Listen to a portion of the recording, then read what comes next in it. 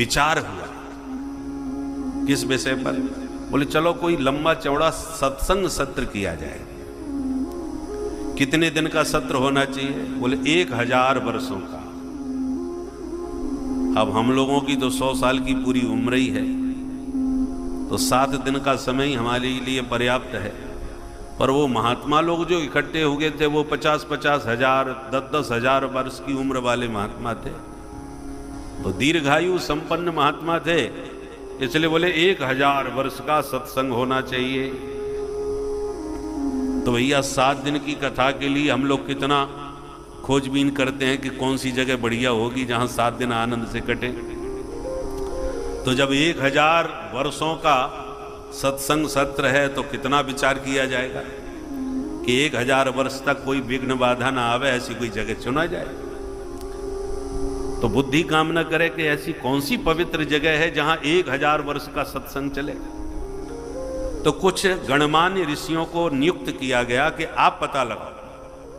और महात्मा लोग सीधे विधाता ब्रह्मा जी के पास ब्रह्मलोक में पहुंच गए। ब्रह्मा जी ने स्वागत किया, आइए पधारिए, कैसे आना हुआ? तो ब्रह्मा जी से कहा महाराज हम 1000 वर्ष का सत्संग सत्र चलाना चाहते हैं, तो कौन सी भूमि परम पवित्र होगी वो कृपा करके आप बताइए, यही जानने के लिए आए। तो ब्रह्मा जी चूंकि सृष्टि करता है, सारी सृष्टि उन्हीं की रची हुई है, तो ब्रह्मा जी ने एक चक्र का निर्माण किया और कहा कि देखो हम इस चक्र को छोड़ रहे हैं, तुम इसके पीछे पीछे चलो, और इस चक्र में जो नेमी लगी है वह चक्र की नेमी जिस स्थान पर चल के रुक जाए वही भूमि परम पावन पवित्र है, ये जान लेना। जैसे आजकल भी बहुत से शोधकर्ता विद्वान होते हैं, बहुत से लोग कहते हैं हम कुआं खुदवाना चाह रहे हैं, महाराज ये बताओ कहाँ पानी निकलेगा। तो वो लोग भी नारियल के माध्यम से और कई उपकरण होते हैं जिसके माध्यम से घूम करके बता देते हैं कि देखो यहाँ पर पानी निकलेगा, हमारा यंत्र बता रहा है कि यहाँ पर्याप्त जल है।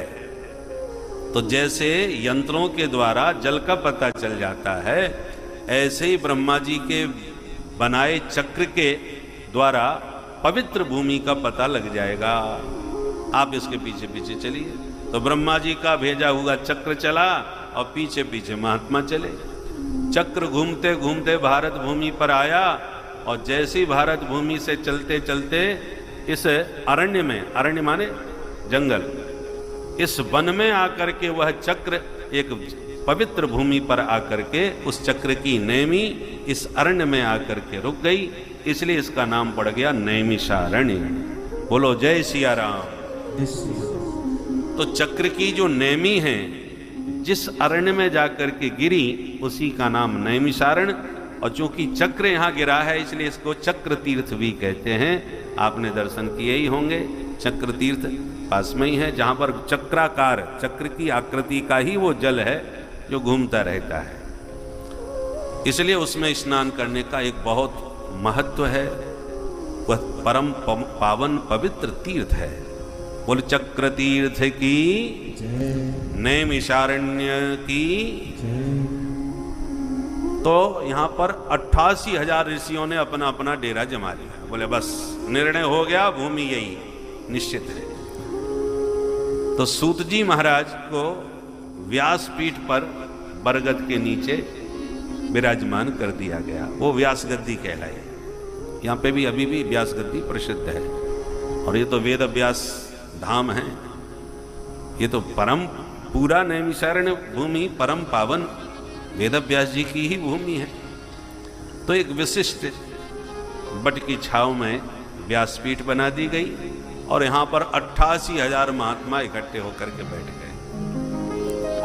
देखो आजकल के युग में तो यंत्र की प्रधानता है, माइक है, सब सुविधाएं हैं, परंतु उस समय तो ये सब यंत्र नहीं थे, इसलिए अरण्य को चुना गया। क्योंकि जंगल की विशेषता है आज भी, जहां घोर जंगल हो आप जोर से आवाज लगाओ तो दूर तक आवाज गूंज जाती है। तो जंगल में कथा कहने से माइक की जरूरत नहीं पड़ी, शांत चित्त होके संत बैठते थे, दूर दूर तक आवाज अरण्य की वजह से, जंगल की वजह से गूंजती थी। दूसरी बात, बरगद के नीचे कथा हुई, क्योंकि बरगद पूरा पांडाल का काम करता है। बरगद की छाया में ये विशेषता होती है कि शीतकाले भवेत उष्णम, उष्ण काले तो शीतलः। गर्मियों में बरगद के नीचे बैठ जाओ तरावट मिलेगी, और सर्दियों में बैठोगे तो गर्माहट मिलेगी। प्राकृतिक एसी फिट है, भगवान ने बरगद को ये सुख दिया है। इसलिए बरगद के नीचे सब, बरगद की विशेषता है वो फैलता जाता है, उसकी जो जड़ें निकलती हैं वो जमती जाती हैं और उसकी शाखाएं बढ़ती जाती हैं, तो पूरे पांडाल का काम करता है। तो महात्मा उसी की छांव में बैठ करके और फिर कथा कहना प्रारंभ किए। नैमिषे निमिष क्षेत्रे ऋषयः शौनकादयः। सूत जी महाराज कहते हैं, महामतिम नैमिषे सूतमासीनम अभिवाद्य महामतिम। सूत जी महाराज महान विद्वान है, परम विद्वान है, इसलिए उनको व्यासपीठ पर बैठाया गया। और सौनक जी जो मुख्य श्रोता हैं वो कैसे हैं? कथामृत रसास्वाद कुशल, भगवान का कथामृत पान करने में परम प्रवीण है। कथा सुनने की कुशलता भी सब में नहीं होती। बोलो जय सिया राम। तो महाराज कथा सुनने में कुशलता की क्या जरूरत है, शांति से बैठ के सुनो। बोले नहीं नहीं, कथा सुनना भी सबको नहीं आता। श्रोताओं का विशेषण क्या है? श्रोता बुद्धिमान वह है जो विज्ञ होते हुए भी अज्ञ बन करके सुने। श्रोता कितना भी विद्वान हो और सुनते समय बिल्कुल अपने को अनाड़ी बना करके सुने, तभी वह कुछ धारण कर पाएगा। इस श्रोता के मन में ये भाव यदि है कि मैं बहुत पढ़ा लिखा हूं, मैंने इतनी कथाएं सुनी है, मैंने इतने ग्रंथ पढ़े हैं, तो वक्ता के श्रवण में उसकी जिज्ञासा और धारण करने की मनस्थिति कम होगी, बल्कि परीक्षा लेने की मनस्थिति ज्यादा होगी। तो वो परीक्षक बन के न सुने, बल्कि कोई कितना भी बड़ा विद्वान हो, जब ध्यान से सुनेगा तो कुछ ना कुछ उसे अवश्य प्राप्त होगा। हनुमान जी महाराज को देखो, सकल गुण निधान है। किसी भी व्यक्ति में सकल गुण नहीं होते, एक गुण पर ही व्यक्ति पूज जाता है। आप में कोई एक गुण आ जाए तो गुणः पूजा स्थानम गुणेषु नच लिंगम नच भया। समाज में गुण की पूजा होती है, व्यक्ति की नहीं होती। आप में कोई भी एक गुण बढ़िया है तो संसार के लोग आपका सम्मान करेंगे। ये बड़े सुंदर गायक हैं, ये बहुत बढ़िया वादक हैं, ये बहुत अच्छे विद्वान हैं। कोई भी गुण एक हो